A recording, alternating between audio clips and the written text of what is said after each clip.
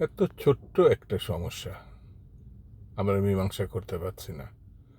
মানুষ ভোট দেবে, পছন্দের প্রার্থীকে জিতাবে, অথবা সে পরাজিত হতে পারে। তাকে ভোটের অধিকারটা দেওয়া, কিন্তু সেটা আমরা দিতে চাচ্ছি না, অথবা প্রয়োজন বোধ করছি না।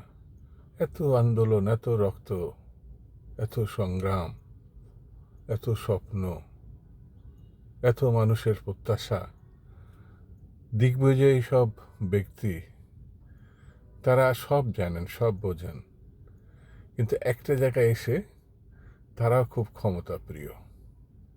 সেই জায়গাটা হচ্ছে নির্বাচন। নির্বাচন না হলে তারা ক্ষমতায় থাকবে, নির্বাচন হলে তারা বিদায় হবে। বিদায় হতে চাচ্ছে না। তাহলে কি করে মীমাংসা হবে?